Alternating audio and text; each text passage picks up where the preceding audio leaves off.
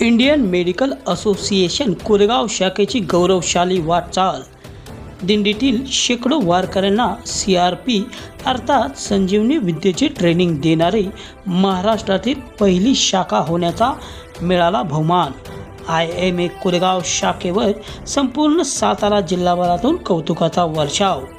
ही जनहिताची यशस्वी संकल्पना राबविणाऱ्या IMA अर्थात इंडियन मेडिकल असोसिएशन कोरेगाव शाखेच्या अध्यक्षा डॉक्टर संगीता रणजित सावंत यांच्या प्रयत्नांना आले यश। IMAच्या कोरेगावच्या secretary doctor Sheetal Gosavi, doctor Ranjit Singh Sawant, doctor Rajendra Gosavi व टीमची त्यांना भक्कम साथ मिळाली। कोरेगाव तालुक्यातील सर्वात मोठी दिंडी असलेल्या श्री केदारेश्वर पंचक्रोशी दिंडी सोहळ्यातील सुमारे 1,500 वारकऱ्यांना संजीवनी विद्येचे प्रात्यक्षिक नेरफाटा तालुका खटाव येथे दाखवण्यात आले। वारकऱ्यांना मिळाले संजीवनी विद्येचे धडे।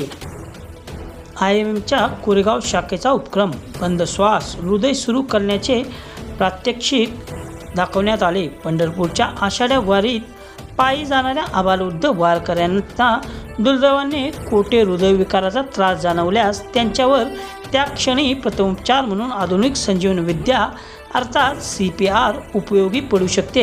ही बाब लक्षात घेऊन इंडियन मेडिकल असोसिएशनच्या कोरेगाव शाखेने नेरफाटा तालुका खटाव येथे महामार्गालगत दिंडीतील वारकऱ्यांना संजीवनचे प्रात्यक्षिक दाखवून त्यांच्याकडून ते करून घेतले। या उपक्रमामुळे वारकऱ्यांनी असोसिएशनला धन्यवाद दिले। पंढरपुरात विटेवर उभ्या आपल्या पांडुरंगाच्या दर्शनासाठी हजारो आबालवृद्ध वारकरी पायी चालत जातात। पांडुरंगाच्या दर्शनाची आस मनी बाळगून निघालेल्या वारकऱ्यांना जणू एक वेगळी ऊर्जा निर्माण झाल्याचे दिसून येते। असे असले तरी शेवटी आपल्या शरीरात कोठे कधी काय व्याधी उत्पन्न होईल हे सांगता येत नाही। कोणाला चालता चालता धाप लागू शकते, दम लागणे, चक्कर येणे, हृदयविकाराचा त्रास होऊन श्वास हृदय बंद पडू शकते। अशा वेळी संबंधित व्यक्तीच्या बरोबरच्या लोकांनी त्याच्यावर त्या क्षणी आधुनिक क्रिया केल्यास त्या रुग्णाचे हृदय काही सेकंदात सुरू होऊन रुग्णाला जीवनदान मिळू शकते। हे लक्षात घेऊन सामाजिक बांधिलकीतून IMAच्या येथील कोरेगाव शाखेच्या अध्यक्षा डॉक्टर संगीता सावंत, सचिव doctor Sheetal Gosavi, doctor Rajendra Gosavi, doctor Ranjit Singh Sawant यांनी पंढरीकडे निघालेल्या श्री केदारेश्वर पंचक्रोशी दिंडीतील हजारो वारकऱ्यांना याबाबतचे प्रात्यक्षिक दाखवले। हृदय विकाराचा झटका आलेल्या रुग्णास एका मिनिटामध्ये 120 वेळा छातीच्या मधोमध दाब दिल्यास त्याला श्वास पुन्हा सुरू होतो। हे प्रात्यक्षिकाद्वारे दाखवण्यात आले। वारकरी जगन्नाथ भोसलेंच्या स्मृतिप्रित्यर्थ कोरेगाव येथील श्री केदारेश्वर दिंडी सोहळ्यातील ज्येष्ठ वारकरी जगन्नाथ भोसले राहणार एकसळ यांना 2 वर्षापूर्वी दिंडीत चालताना नेरफाटा येथे दिंडी विसावली असता हृदयविकाराचा त्रास झाला। त्यांना तातडीने उपचारार्थ रुग्णालयात हलवण्यात आले, मात्र त्यांची प्राणज्योत मालवली। त्यांच्या स्मृतिप्रित्यर्थ हा संजीवनी विद्येचे प्रात्यक्षिक उपक्रम राबवण्यात आल्याचे असोसिएशनतर्फे सांगण्यात आले। Doctor Sangeeta Sawant, doctor Sheetal Gosavi, doctor Ranjit Singh Sawant, doctor Rajendra Gosavi यांनी सामाजिक बांधिलकीतून केलेल्या या उपक्रमाचे संपूर्ण जिल्हाभरातून कौतुक होत आहे। समस्त वारकरी मंडळातर्फे त्यांचा सत्कार करण्यात आला। सावंत कुटुंबियांतर्फे वारकऱ्यांना फराळाचे पदार्थ यावेळी वाटप करण्यात आले।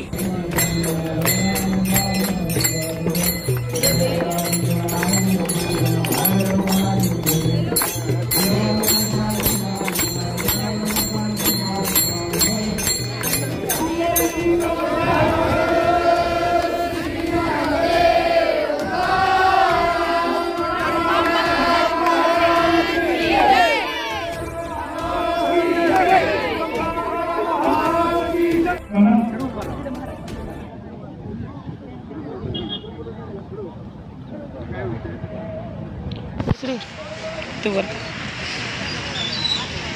कर तुझ्यात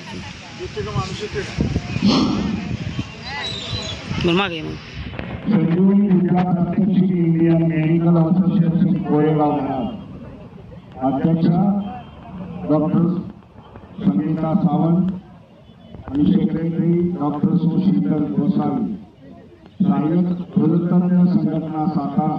आज आपण नेहरू फाट्यावर सर्वजण 2 वर्षापर्यंत आता आरती करतो। आपल्याला आचार्य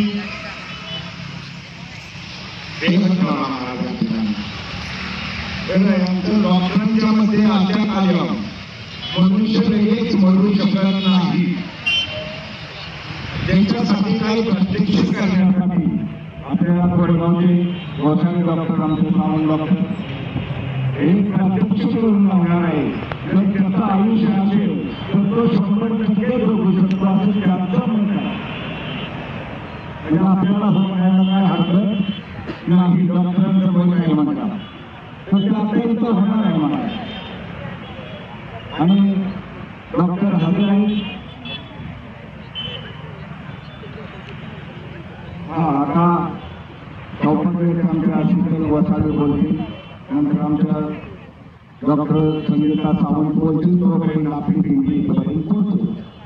आता आपल्या इथं माहीत जबरदस्त आहे पण गाडी इथून खाली जाणार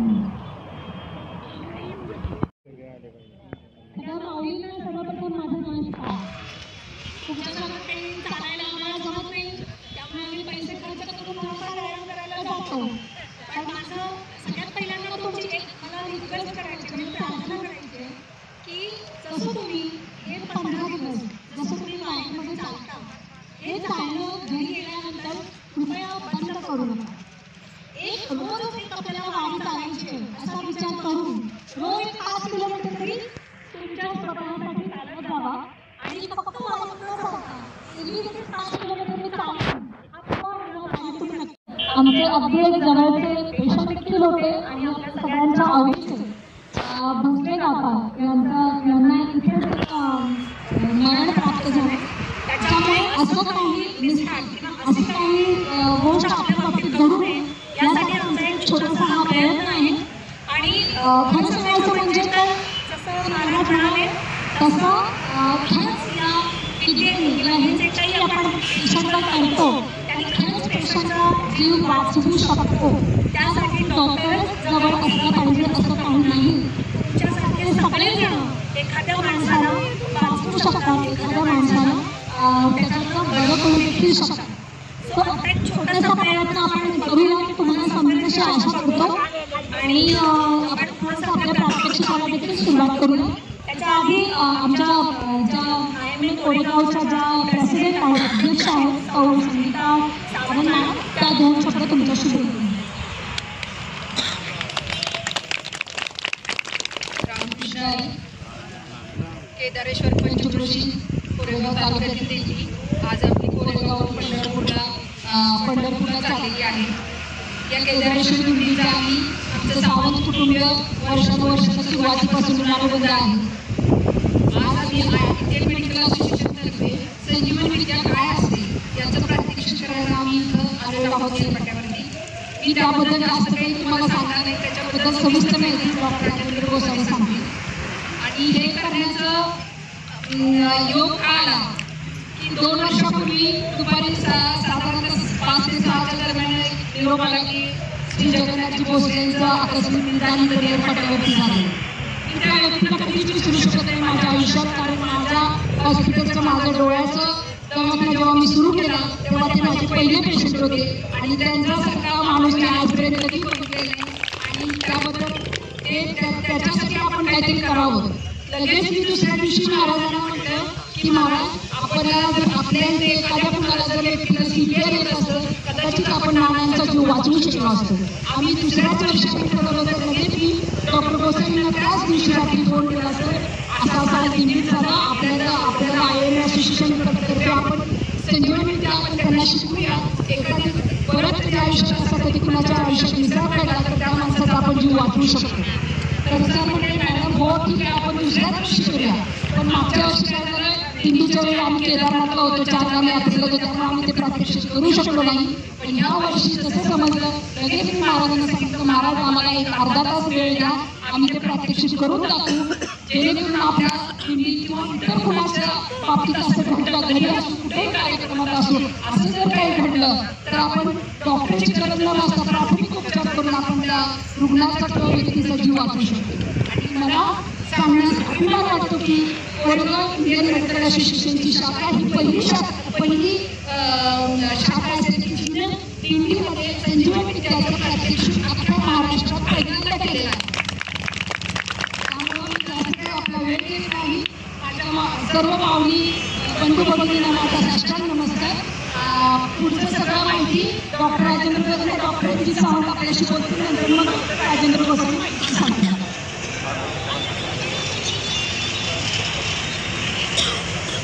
आपल्या केदार सर पंचकृषी दिंडी चे संस्थापक अभोपर सुरेश शिंदे महाराज आणि आपण सर्व उपस्थित बंधू भगिनींना आज आम्ही सावंत हॉस्पिटल, गोसावी हॉस्पिटल आणि इंडियन मेडिकल असोसिएशन शाखा कोरेगाव यांच्यातर्फे आम्ही हा एक छोटासा कार्यक्रम आयोजित केलेला आहे की ज्यामध्ये की आपल्याला काही प्रथमोपचार माहिती पाहिजे. म्हणजे प्रथमोपचार माहिती असतील तर येणारा जो मृत्यू आहे तो आपण टाळता येऊ शकतो. आणि साधी प्रोसिजर आहे त्याबद्दल आम्ही तुम्हाला आता थोड्या वेळात प्रात्यक्षिक करून दाखवणार आहोत. जसं की आपण आता वारीला चाललो नाही. वारीला चाललो म्हणजे एक प्रकारचं काय झालेलं आहे, आपण आपलं आरोग्य सुद्धा तुम्ही एक प्रकारचं चांगलं ठेवू शकता. म्हणजे काय आहे, आपल्या पुराणामध्ये सांगितलेलं आहे की आषाढी एकादशीला भगवान विष्णू हे शयनस्थ होतात, म्हणजे झोपी जातात आणि नवीन सृष्टी निर्माण करायच्या डोळे मिटून नवीन सृष्टी निर्माण करण्याच्या ह्याच्यामध्ये मग्न असतात. आणि चातुर्मास झाल्यानंतर भगवान विष्णू जागे होतात. आता भगवान विष्णू झोपल्यानंतर नेमका आषाढी हा जो महिना असतो याच्यामध्ये रोगराई, जंतू, व्हायरसेस, विषाणू यांचा प्रादुर्भाव जास्त असतो. त्यामुळे बाकी बघताय तुम्ही महापूर येणं, कुठं काही पडझड होणं किंवा कुणाचे काही साथीचे रोग पसरणं अशा या सर्व गोष्टी असतात. बघा म्हणजे निसर्गाचं बघा. आणि ह्या याच्यातून ही हजारो वर्षाची परंपरा ही दिंडी सुरू झाली. पण दिंडीमध्ये तुम्ही काय करताय, जाता जाता तुमचा पायाचा व्यायाम होतोय, तुमचं रक्ताभिषेक चांगलं होते, व्यायाम होतो आणि मुखानं विठ्ठल विठ्ठल म्हणतात. आता ज्यावेळी तुम्ही जोर देऊन विठ्ठल विठ्ठल म्हणता त्यावेळेला इथं दणका बसतोय, तिथं बसतोय, हृदयाला बसतोय. म्हणजे काय, तुमचं हार्टबीट व्यवस्थित होणार आहे. म्हणून विठ्ठल विठ्ठल विठ्ठल हे म्हटल्यानंतर तुमचे हृदयाचे ठोके नियमित होणार. एखादी बारीक गोष्ट जरी एखाद्या बारीक केसासारख्या डब्बूमध्ये असेल तरी विठ्ठल विठ्ठल म्हटल्यानंतर एवढं याच्यामध्ये अध्यात्माबरोबर शास्त्रीय कारण आहे. त्यामुळं आणि तोंडानं विचार करत कारण आता या कलियुगामध्ये कर्मकांड करण्यापेक्षा नामस्मरणाला जास्त महत्व आहे. नामस्मरण म्हणजे तुम्ही दुसरं कुठलंही कर्म करत राहा. कारण प्रत्येकाला यज्ञ या काही होम हवन करणे शक्य नाहीये.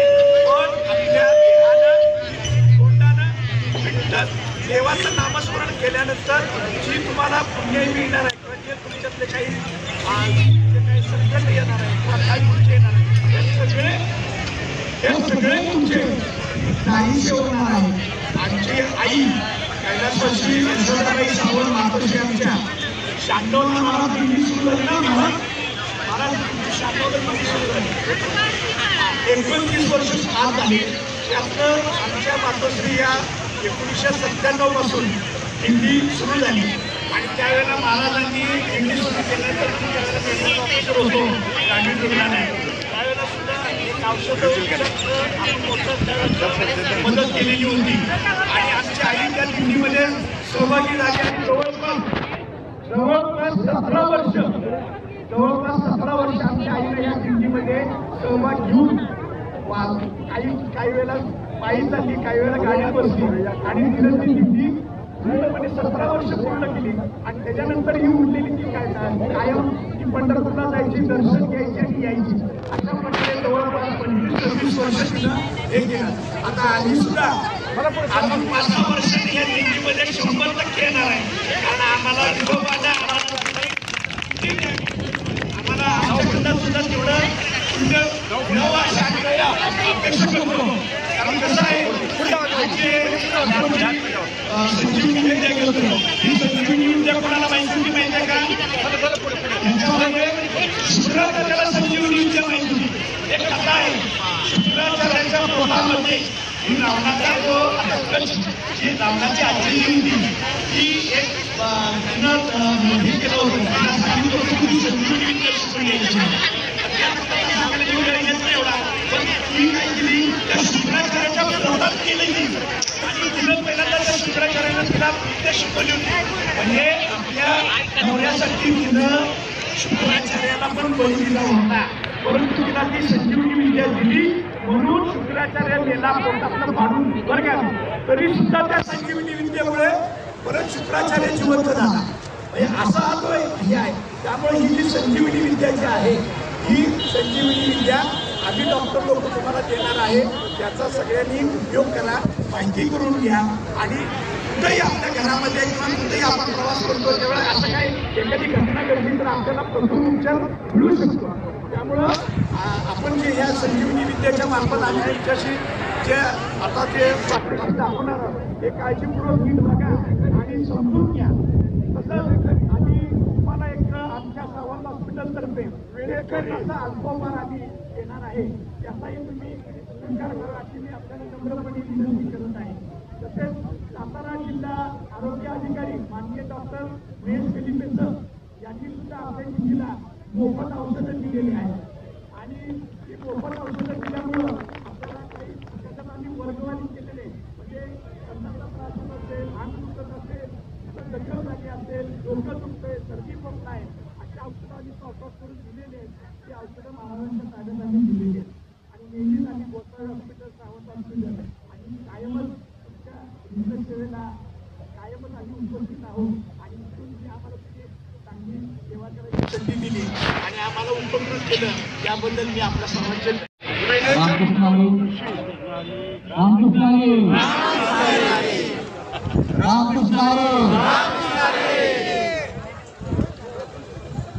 केदारेश्वर दिंडीच्या या सोहळ्यासाठी इंडियन मेडिकल असोसिएशन शाखा कोरेगाव यांनी एक उपक्रम राबवायचं ठरवलेला आहे आणि तो उपक्रम का कशासाठी त्याची सगळी विवेचना झालेली आहे.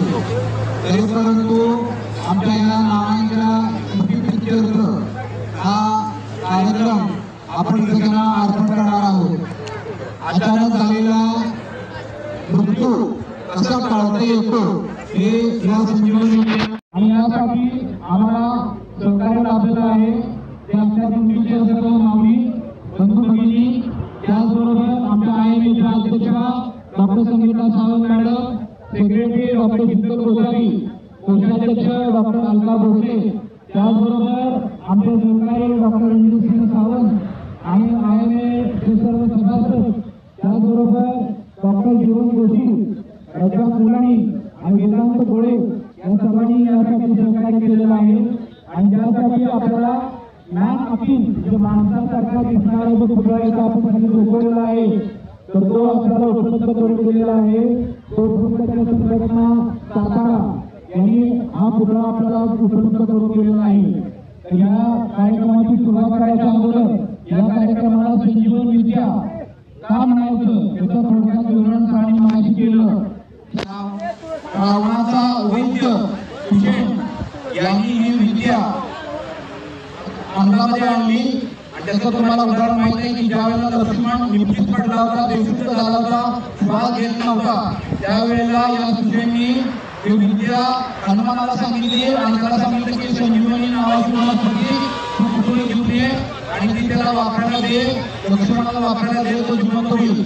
नेमकी कुठं मिळेल? हिमालयात मिळेल. लंकेवरून हा पट्ट्या हिमालयात गेला पण त्याला वनस्पती काय वनस्पती ती माहीत नव्हती. त्याला अक्काच्या पर्वतच बरोबर घेऊन आला आणि त्यावेळेला ही विद्या कशी वापरायची त्याचं टेक्निक, त्याची माहिती, त्याचं तंत्र कुशेनाने लक्ष्मणावरती वापरलं आणि लक्ष्मण परत जिवंत झाला. रावणाचा जरी वैद्य असला तरी तो असं म्हणणार नाही की माझ्या शत्रू पक्षाचा कोणीतरी जिवंत होतोय. वैद्याच्या मनामध्ये, डॉक्टरांच्या मनामध्ये अशी कधी भावना नसते की आपला पेशंट हा जावा, वरती विठ्ठलाकडे जावा अशी कुणाची अपेक्षा नसते. सध्या डॉक्टरांच्या बद्दल वेगवेगळे भ्रम पसरवले जातात. कोणी काहीतरी करतं, कोणी काहीतरी करतं, परंतु कोणत्याही डॉक्टरांना असं वाटत नसतं की आपला पेशंट हा जगावा अशी कुठल्याही डॉक्टरांची अपेक्षा नसते. तरी परंतु ही विद्या जी आहे ती अतिशय सोपी आहे आणि ती कुणालाही अंमलात आणता येऊ शकते. त्यासाठी काही गोष्टी आवश्यक असतात. आपण आता प्रत्यक्ष त्यासाठी प्रात्यक्षिकाला सुरुवात करणार आहोत. बरोबर आहे ना? एखाद्याचा श्वास सुरू असतो, श्वास सुरू नसतो, तर ते आपल्याला कसं समजतं? तर आपण ज्या वेळेला श्वास घेतो त्यावेळेला आपली जी छाती आहे ती फुटते, बरोबर आहे ना? आणि ज्या वेळेला तो श्वास घेत नाही किंवा कमी प्रमाणात घेतो त्यावेळेला ती छाती एवढ्या मोठ्या प्रमाणामध्ये फुलत नाही, फुगत नाही. त्यावेळेला आपल्या लक्षात येतं की याचा श्वास थोडा थोडा कमी होत चाललाय. आणि दुसरी गोष्ट हे बघितल्यानंतर मग मात्र आपल्याला बघावं लागतं की हा श्वास का बंद पडलाय. काही वेळेला काय होतं की अचानक बसलेला माणूस एकदम निश्चित पडतो आणि आडवा पडतो आणि त्यावेळेला आपण काय करतो बघा, एखादा माणूस जर का निश्चित पडला तर जीवन बरोबर निश्चित पडून दाखवून आता निश्चित पडला तर त्याच्यानंतर आपण पहिल्यांदा काय करतो बघा, पहिल्यांदा आपण निश्चित पडलेल्या माणसाला काय करतो बघा, डोकं उचलतो आणि त्याला मांडीवर घेतो. आणि दुसरं काय करतो, लगेच त्या चप्पलकडे बघतो किंवा कांदा आणतो किंवा आणखी कुठले वस्तू आणतो आणि त्याला नाकाबोली धरतो आणि तोंडात साखर घालतो, पाणी घालतो आणि कोणीतरी त्याला सांगतं की अरे पाणी मारा त्याच्या तोंडावर, पाणी मारा. पाण्याचा एवढा हक्का मारतात त्याच्या तोंडावर नाकातोंडात त्याच्या पाणी जातं. ते पाणी कुठे जातं, त्या बंद पडलेल्या श्वासनलिकेमध्ये अजून जातं आणि तो माणूस काय होतो, दगावतो. आणि त्यावेळेला आपल्या घरातील माणसं काय म्हणतात, माझ्या हातून शेवटचं पाणी पिला, माझ्या हातून शेवटचं पाणी पिला. अरे तुम्ही त्याला जाऊ द्या, तुम्ही त्याला वरती पाठवलेलं आहे. त्यामुळं अशा वेळेला मात्र काय करायचं असतं. आणि दुसरी गोष्ट अजून एक आपण करतो, अजून काय करतो आपण, बाकी काय करत नाही. ऍम्ब्युलन्स बोलवा, गाडी बघा, डॉक्टर बोलवा, बरोबर आहे का नाही? आता ऍम्ब्युलन्स लगेच येणार आहे का? किती जरी तुम्ही केलं, 108 ला फोन केला तर ती 2 मिनिटांमध्ये हजरी लावणार का त्या ठिकाणी? नाही लावणार. अर्धा तास जाणार, पाऊण तास जाणार. तोपर्यंत हा काय होणार, स्वतःचा नव्हता होणार. म्हणजे आपल्या हातातली खेळी आपण घालून बसतो, बरोबर आहे का नाही? मग काय करायचं, शांत डोक्यानं. अजून काय लोक काय म्हणतात, अरे तुझं डोकं खाली पडतंय, अरे त्याला मांडून घे, बरं मांडून घेतला, बरं चला. अरे ती ऍम्ब्युलन्स मिळत नाही, असं करा, दुसरी एखादी गाडी बघा, रिक्षा बघा, रिक्षा नाही मिळणार 2 व्हीलर बघा. एक तर आमच्याकडे शहाणे होते, ते 3 इडियट्स पिक्चर बघितला. 3 इडियट्स पिक्चर सगळ्यांनी बघितलाय का, आमिर खानचा? त्याच्यामध्ये तो आमिर खान, त्याच्यामध्ये त्याच्या मित्राचा बाप आणि पाठीमागं तो असे धरून त्याला आणतात गाडीवर बसवून आणि ते हॉस्पिटलमध्ये घेऊन जातात. अजिबात करू नका. इडियट म्हणजे मूर्ख, आलं का लक्षात? ते मूर्खांचं काम आहे. असं कधीही करायचं नसतं, करू नका मेहरबानी करून. त्यावेळेला तुम्ही काय करायचं असतं ते सांगतो. स्थिर ठेवा, हलवू नका. मान एकदम आपटू नका, तो निश्चित पडलाय. मान आपटून त्याला कॅप्चर मणक्याच्या येतं. हा ज्यावेळेला असं होतं का नाही, त्यावेळेला मॅडम पहिल्यांदा मान त्याची तिरकी करा. शक्यतो आपल्या विरुद्ध बाजूला करा, कारण त्यानं उलटी केली तर आपल्याला प्रसाद मिळू शकतो, बरोबर. मान दुसऱ्या बाजूला करा. आणि त्याच्यामध्ये काय होतं, तर आपल्याला इथं जाणारी एक रक्तवाहिनी असते, मेंदूला जाणारी कॅरोटिड म्हणतात त्याला, ती कदाचित दिसू शकते. रक्तवाहिनी, नाडी मेंदूला जाणारी ती दिसू शकते आणि ती हाताला पण लागते. एवढं बघायची काय गरज नाहीये. परंतु हे झाल्यानंतर आता दुसरी गोष्ट काय करायची, तुम्हाला CPR येत नाहीये म्हणजे संजीवन विद्या येत नाही, पण काय करायचं नाही ते सांगतोय तुम्हाला. मान तिरकी केली आणि काय करायचं, एकानं पाय वर धरायचे.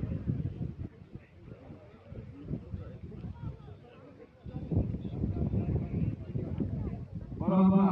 यानं काय होतं, तर यानं पेशंटचा पाय वर धरल्यामुळं, पाय वर धरल्यामुळं पायाकडच्या ज्या रक्तवाहिन्या आहेत त्या मोठ्यातून मेंदूकडं, हृदयाकडं, किडनीकडं असा हा रक्तप्रवाह जातो आणि मेंदूला रक्त काही का होईना मिळण्याची शक्यता अतिशय चांगल्या प्रकारे दुरावत नाही उभारते. आणि हे असं करून ठेवायचं. पाय कसल्याही परिस्थितीत खाली ठेवायचा. बरोबर.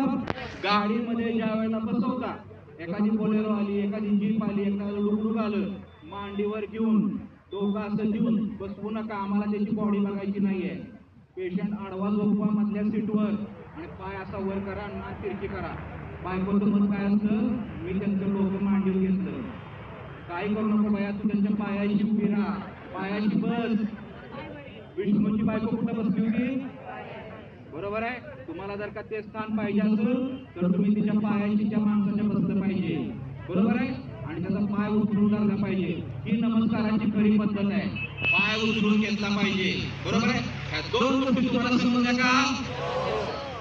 कोण मांडून घेईल का डोकं परत धरण का?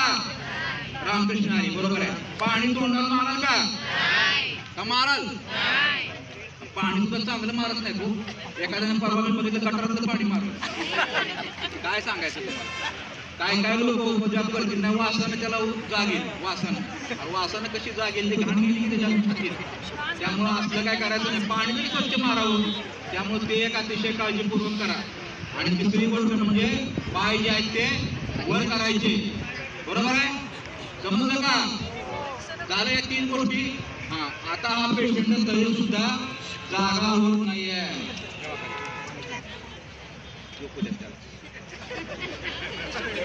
एकमेव माणूस झोपणार आहे एवढ्या लोकांमध्ये.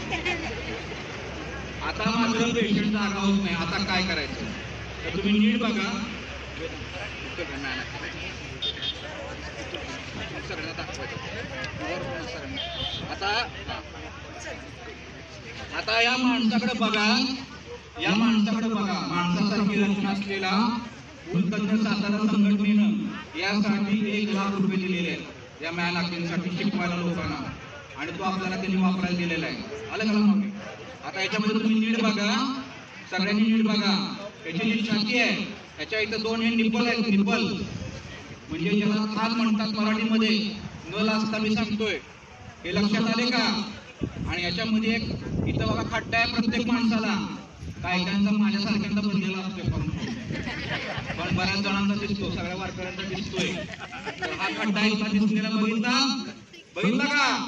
सगळ्यांना दाखव रे. बरोबर आहे. आणि ह्याच्या खाली एक हाड असतं. हाड त्याला म्हणायचं ब्रेस्ट बोन. आलं का लक्षात? आणि हे ब्रेस्ट बोन जे आहे त्याची लांबी आपल्या इथपर्यंत असते. इथपर्यंत म्हणजे थोडक्यात ब्लाऊजच्या खालपर्यंत म्हणूया आपण. इथपर्यंत असते. बरोबर का? आणि काय करायचं आता सगळ्यांच्या लक्षात आलं का? कपडे घाल त्याला. शूटिंग चालू आहे. आता याच्यामध्ये असं धरून चालू आहे की मान तिरकी केलेली आहे आणि हा आता श्वास घेत नाहीये. अशा वेळेला काय झालेलं असतं, एखादा माणूस असं कधी होतं अटॅक आलेला असतो, एखादा माणूस पाण्यात बुडलेला असतो, एखाद्याला सर्पदंश झालेला असतो, एखाद्याला आगीचं भय लागलेलं असतं, एखाद्या माणसानं काहीतरी कोंबडं कापताना बोकड कापताना बघितलेलं असतं आणि त्याची त्याला चक्कर पडतो. बरोबर आहे. आणि हे सगळ्या गोष्टी झाल्यानंतर तो पैसे पडलेला आहे. सगळं आपण निदान केलं आणि याच्यानंतर मग मात्र या ज्या काही गोष्टी आहेत, आता समजा त्याला एखाद्या ठिकाणी कापलं नाही बोकड आणि याला जागा केला तर परत चेक करून टाकणार, परत ते शुद्ध पडणार. बरोबर आहे का नाही? म्हणजे त्या ठिकाणापासून त्याला लांब नेलं पाहिजे. एखादी आग लागलेली आहे तिथं तुम्ही सीपीआर देत बसला, संजीवन क्रिया देत बसला तर तुम्हाला पण संजीवन क्रिया द्यायला अजून एक माणूस लागेल. आलं का लक्षात? एखादा इलेक्ट्रिकचा शॉक लागलेला असतो किंवा काय लागलेला असतो, या वेळेला आपण काय केलं पाहिजे तर पहिल्यांदा आपण आपलं बघितलं पाहिजे. भगवद्गीतेप्रमाणे पहिल्यांदा आपण सुरक्षित आहे का हे पहिलं बघा. पहिल्यांदा आगीपासून त्याला लांब घ्या, तुम्ही लांब राहावा आणि त्याच्यानंतर पाण्यापासून तुम्ही लांब राहावा. या सगळ्या गोष्टी केल्यानंतर मग तो सुरक्षित ठिकाणी माणूस आपण असा ओढत आणतो. आता ओढत आणला काही वेळेला टाकेत हात घालून शक्यतो पायानं हात आणताना डोकं तिथं दगडात आपल्याला असं काही करू नका. जखम मध्ये इंजुरी होतात. त्यामुळं विद्या वापरताना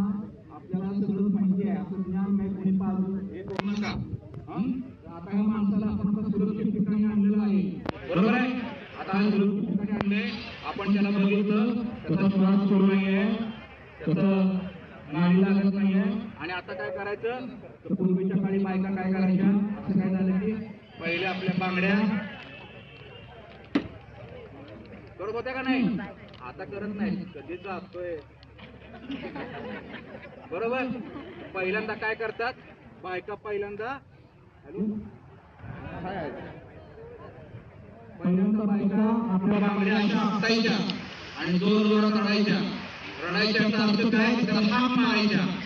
अरे बाबा, अरे काका, अरे मामा, जे काय आहे, अगं ताई, अगं मावशी, जोरात त्याला हाक मारा.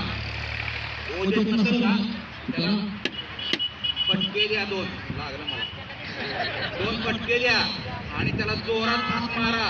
पहिल्यांदा हाक मारा. विठ्ठलाचा सुद्धा काय करतो आपण, नाम गजर करतो, त्याच्यापर्यंत हाक आपली जायला पाहिजे. बरोबर आहे ना माऊली. जेवढ्या जोरात हाक मारता येईल तेवढ्या जोरात हाक मारा. आणि हे मारून सुद्धा तो करत नाहीये, तर मग मात्र आपल्याला ही संजीवन विद्या वापरायची आहे. बरोबर आहे. ही संजीवन विद्या वापरताना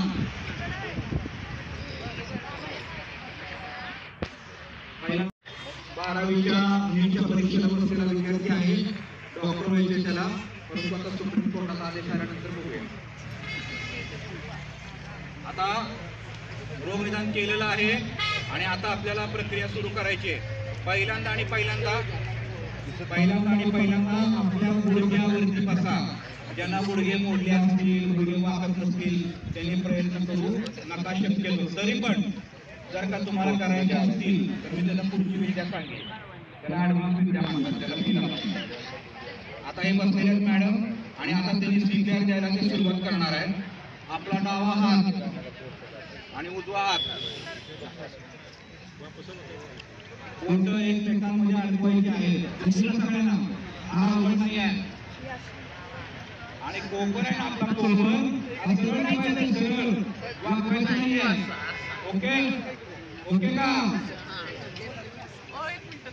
आणि आता आपण काय करायचंय, तुम्हाला मागाशी दाखवलं तसं की छातीच्या बरोबर मध्ये काय काय लोकांचं विद्वान असतात, ते बदाम बघतात, बदाम ते म्हणतात डावीकडे आहे, डावीकडे म्हणतात आणि डावीकडच्या बाजूला दाबायला जातात, डावीकडे दाबून जातात. आता इथं दाबल्यावर त्याच्या 5 तरी फासळ्या मोडतात. किती?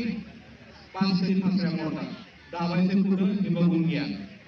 सेंटरला इथं दिसलं का सगळ्यांना, सगळ्यांना दिसलं का.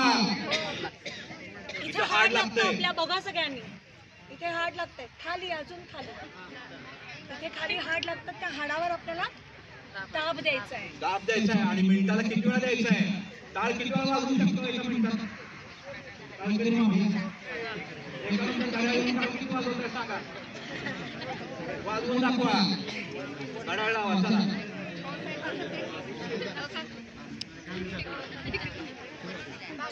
एका मिनिटामध्ये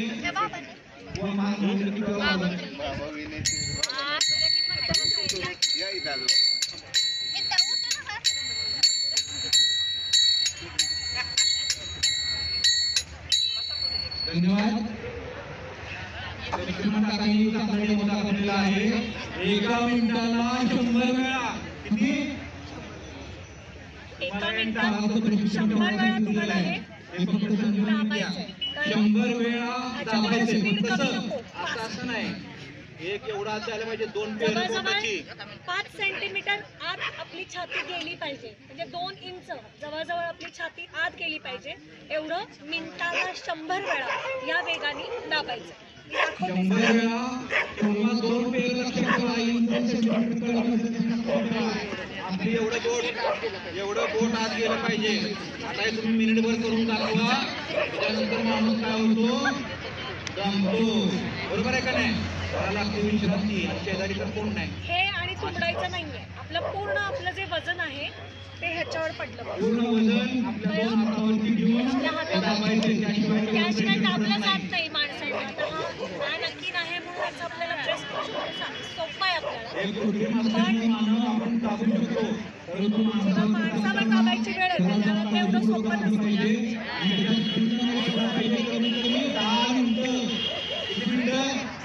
म्हणजे तुम्हाला 1000 वेळा दिला पाहिजे. समजा तुम्ही दमलात ना, तर शेजारच्या लगेच तयार करा, त्याला परत 3रा माणूस तयार करा आणि असे तिघजण चौघजण कंटिन्युअस CPR देत राहा. जोपर्यंत CPR येत नाही तोपर्यंत तुम्ही फोन करा 108ला, डॉक्टरांचा सल्ला घ्या आणि काही गोष्टी करा. आणि हे ज्या वेळेला तुम्ही कराल त्यावेळेला 100% हा पेशंट वाचण्याची खात्री केली जाते. पण ते प्रॉपर व्हायला पाहिजे. शेवटी तुमच्या वयाचा हिशेब, आलेला अटॅकची तीव्रता, असलेला सगळ्या ज्या गोष्टी आहेत त्याच्यावरही गोष्टी अवलंबून असतात. आम्ही अंदमानमध्ये गेलो होतो. अंदमान निकोबार माहिती आहे का? सावरकरांचा अंदमान निकोबार त्या ठिकाणी एका बेटावर गेलो होतो. त्या टारक्यातच एका पेशंटला असा त्रास झाला. त्या बेटावरती काही सोय नव्हती. गटाराच्या कडात पडले ते डॉक्टर होते आणि तरी पण आम्ही मॅडमने हाक मारली मला राजू डॉक्टर म्हणून. आणि त्याला आम्ही पळत गेलो. आम्हाला माहित नाही कोण आहे माणूस, आम्ही नाव पण नाही सांगणार, ओळखला पण नाही आम्हाला. परंतु आम्हाला वाटलं पेशंटच आहे. त्या पेशंटला मदत करणं हे डॉक्टरांचं काम आहे. आणि आम्ही तिथं CPR दिला आणि तो माणूस आज चालायला व्यवस्थित आहे. लक्षात. त्यामुळं अंदमान सारख्या ठिकाणी आम्ही कडून डॉक्टर असून सुद्धा ऑक्सिजन नव्हता, काही नव्हतं. तिथनं बोटीतनं CPR देत हॉस्पिटलला नेलं. या सगळ्या गोष्टी केल्या. हे सगळ्या गोष्टी आपल्याला सुचल्या पाहिजेत. परमेश्वर कुठल्याही रूपाने तुम्हाला मदत करायला येईल हे आपण सांगू शकत नाही. मदत घ्यायचं आपल्याला बुद्धी द्यायला पाहिजे. फक्त या दृष्टीनं आपण हे केलं पाहिजे. मी आता अजून एक करायला सांगतो. आपल्याला एवढंच करायचं, दुसरं वेगळं काहीही करायचं नाही आहे. कोणीतरी काय म्हणतं की त्याला तोंडानं तोंड शिकवतो का, हे करू का, ते करू का, अजिबात काही करायचं नाहीये. पण 2 मिनिटं तरी चालतो, त्याला काही प्रॉब्लेम येत नाही, त्याच्यामधून कुठलाही आजार होत नाही. फक्त दाखवायचं. तोंडात पाणी वगैरे असू शकतं ना, फेस असू शकतो, फेस असेल, पाणी असेल, त्यावेळेला आपण काय करायचं, सगळे तोंडामध्ये आपलं जवळ एखादं खडकं हात घालायचं, गोड करायचं आणि ते सगळं बाहेर काढायचं. हे जर का जमलं तर आणखी बऱ्यापैकी क्रिया ही चांगली आहे. तोंडात काहीही घालायचं नाही. सगळ्यात म्हणजे साखर सगळे लोक घालतात. आमच्या हॉस्पिटलमध्ये पण सगळ्यांकडे तोंडामध्ये साखर घालतात, आणखी काय घालतात, काय घालू नका. पेशंट बेशुद्ध आहे, त्याला समजत नाही गिळायचं. ती साखर कुठे जाणार आहे, ती सरळ श्वासनलिकेत जाते आणि मग श्वास जो बंद पडलेला आहे तो अजून बंद पडायला मदत होते. त्यामुळे तोंडात काही घालायचं, पाणी नाही, साखर नाही, काही सुंगवायचं पण नाही. आणि तो श्वासच घेत नाही तर तो वास तरी कसा घेणार आहे? बेशुद्ध असल्यावर तो वास घेऊ शकत नाही, श्वास घेऊ शकत नाही. तर अशा पेशंटला काही कांदा वगैरे काही सुंगवण्याचं काही कारणच नाही. त्यामुळे असं काहीही करायचं नाही. ही सांगितलेली एक सोपी प्रक्रिया आहे, ही सगळ्यांना करायला येते.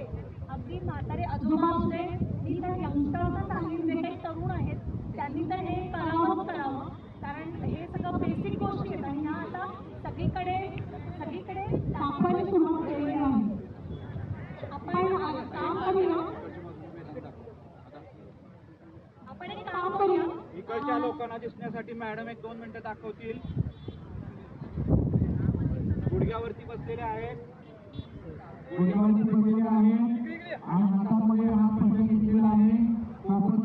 मॅडमनी 2 जणांच्या मध्ये बरोबर आपल्या जे बोर्ड आहे त्याच्यावरती त्यांनी हे केलंय. त्याच्यामध्ये काय होतंय तर हे जे उचलतात ना हात, शक्यतो उचलायचा पण नाहीये. हात असाच ठेवायचा जेणेकरून तुमचा कॉन्टॅक्ट कायम राहील. आता मी पहिल्यांदा सुरुवात करतो. CPR देत आम्ही हॉस्पिटलपर्यंत पोहोचलो आणि तो पेशंट जगला, हे विशेष आहे.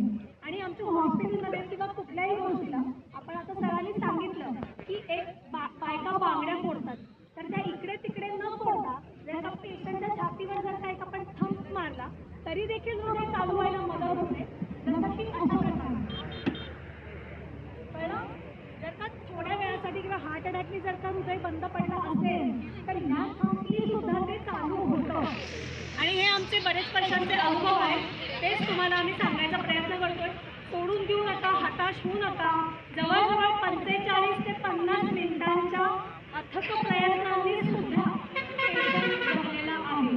कोल्हापूरचेच एक डॉक्टर आहेत, मित्र आहेत आमचे, त्यांच्या बाबतीत असं झालं 45 मिनिटं त्यांना या प्रकारे CPR दिला, मग ते हॉस्पिटलला पोहोचले आणि त्याच्यानंतर ते जिवंत झाले.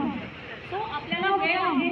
पण वेळ न दवडता अगदी बेशुद्ध पहिल्या 4 ते 5 आणि ते केल्यानंतर आपण काय करायचं ते असं नव्हतं तसं नव्हतं नाही आपण त्याच्यात चुकायच्या उरकायच्या ज्या झाल्या असतील त्याच्यात आपण नक्की सांगितलं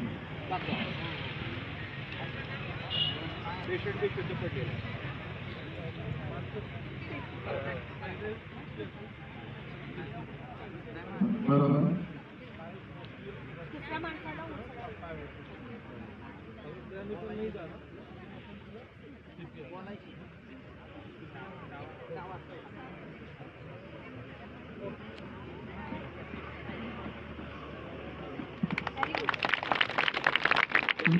योग्य पद्धतीने दाखवलेलं आहे फक्त एक काय झालं माहितीये का त्यांनी हात नाही मारले पेशंटला जोरात बोलले नाहीत आणि त्याला फपाट केली नाही धन्यवाद मला घ्यायची आहे ना संपत आली त्याच्या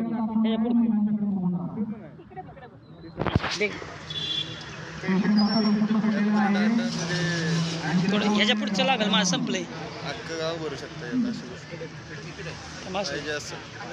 थोड्या वेळ दे लागणार आहे बरं का माझं संपत आले चालेल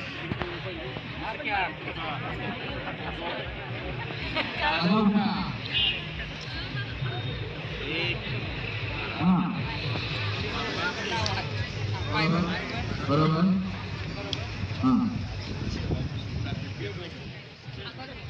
किती वेळ करावं आपल्याला 100 ते 120 वेळा सेकंदाला 2 इकडं एक कोणाचं नाही आहे आपला स्टॅमिना वाढवायचा आहे 1500 रुपयाने काय होणार नाही आहे तुमचा वाटतो वाढणार आहे नेहमी दिल्लीमध्ये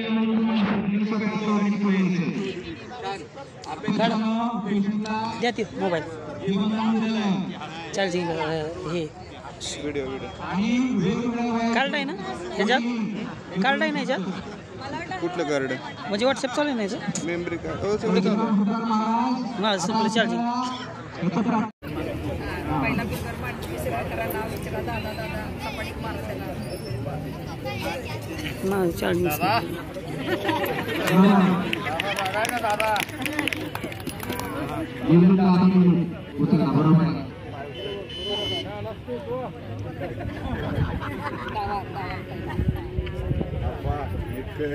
मी नसतो तू आता दिंडी मालक बनवायचे आहे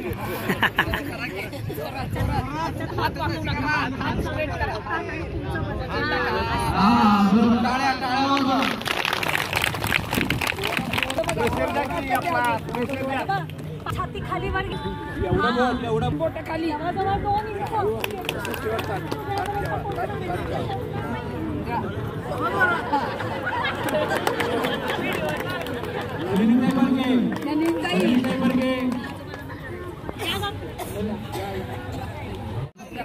पंढरपूर याच्यात झालं तुझ्याकडे टाळ असं त्याच्या डोक्यात तसं काय करायचं नाही फपाडीत सांगितली आहे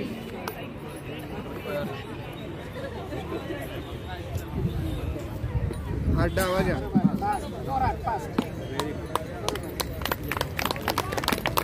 एक नंबर रामकृष्णारी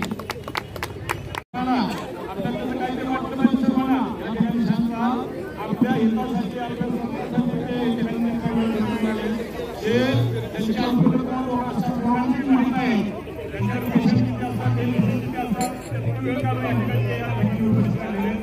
आपल्याला सेवा देत आहे तर या ठिकाणी उपस्थित राहून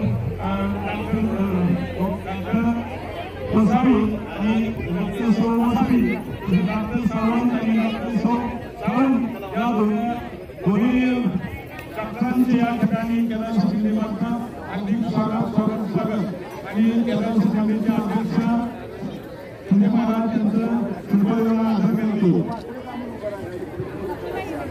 एमबीबीएस आणि आबाऊ अशा लोकांची संघटना आहे आणि ती पेशंटसाठी काम करते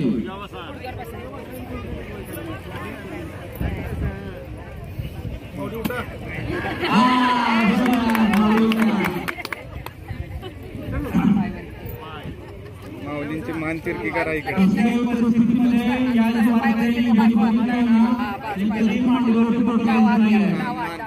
पहिला डावात कोपऱ्यात वाकवायचं. कोपऱ्यात वाकवून दोन्ही छातीच्या मध्ये आणि वरती पोट दाबतात बरं का, पोट दाबू नका तुम्ही पेशंटला. पुढे बघा. फास्ट करा अजून फास्ट. बरोबर. स्पीड आहे हे बरोबर 110 120 स्पीड आहे बघा. इथं गाडी तुम्ही हळू चालवायची नाही आहे, स्पीड मध्ये चालवायची. रमेश नाळे गोरेगाव यांनी चांगलं दाखवलंय. धन्यवाद रामकृष्ण आहे.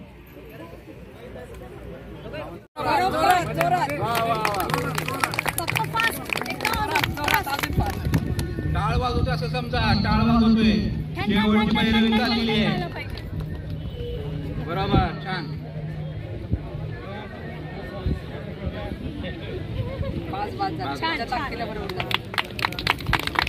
टाळ्या. नाव काय तुमचं?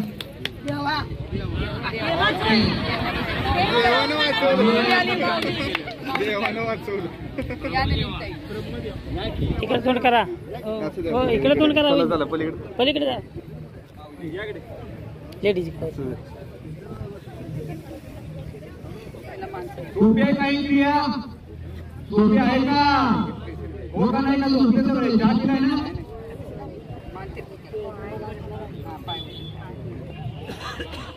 हात सरळ करा. एकदम ताट. कोपऱ्यात ताट. आता पुढे. बस. Very good.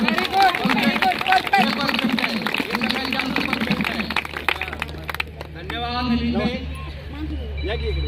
अजून कोणाला बघायचंय? आणि अजून एक बरं का, मऊ पृष्ठभागावरती देऊ नका दाब. तर काय होतं, आपण दाबलं की जास्ती बरोबर जे गादीवर वगैरे देतात नाही आणि एखादी बळी वगैरे घालायचा प्रयत्न करा. तर गादी बरोबर ती खाली जाते. उपयोग होणार नाही त्याचा. माणूस आणि सरळ करा. मग फिरकी करा. असे. आता फिरकी करा. तुमच्याकडे करा. तुमच्याकडे करा. त्या बाजूला करायची. पाय उचलायचं असं. पाय असं दाखवायचं. नाही पाय उचला असं म्हणायचं. दुसऱ्याला सांगायचं. दुसऱ्याला सांगायचं. तो माणूस उचलला पाय. आता करा हात करा जसे. यानं काय होतं, हृदयामध्ये टाईट. असं करतो. इथं पहिली कोपऱ्यात गोष्ट आपण म्हणतो ना, आपला पदर पोचला पाहिजे. पहिल्यांदा हा पदर पोचून गेला पाहिजे. नाही असं सरळ करा ना. बस बरोबर. मोडू द्या काय नाही. दुसरा अंत आहे. बरोबर आत गेले. Very good.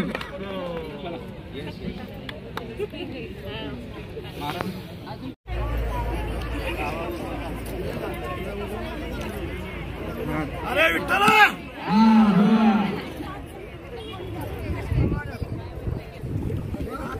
हे बरोबर आहे. परफेक्ट आहे. आणि घरात बघू नका, देव खावा, हात मारत राहा. तुमच्या बाजूला मदतीला लोक येतील आणि ते प्रयत्न करतील. घाबरू नका. मी आणि हे सगळं चालू असताना तुम्ही बाकीच्या लोकांना देखील मदतीला बोलवलं पाहिजे. वेळ न घाबरता ॲम्ब्युलन्सला देखील 108ला ताबडतोब फोन करा. आणि हे सगळं ॲम्ब्युलन्सपर्यंत किंवा हॉस्पिटलपर्यंत या सगळ्या गोष्टी चालू ठेवायच्या. थांबायचं नाही. तरच आपण एखाद्या व्यक्तीला वाचवू शकतो.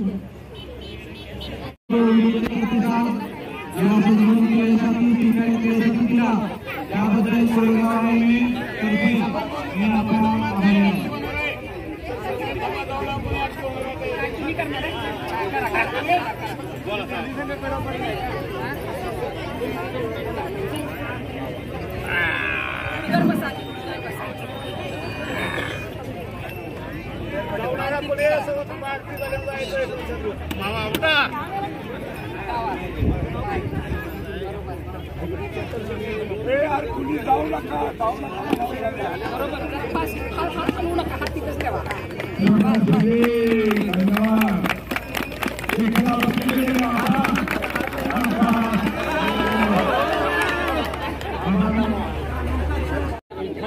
शेजारी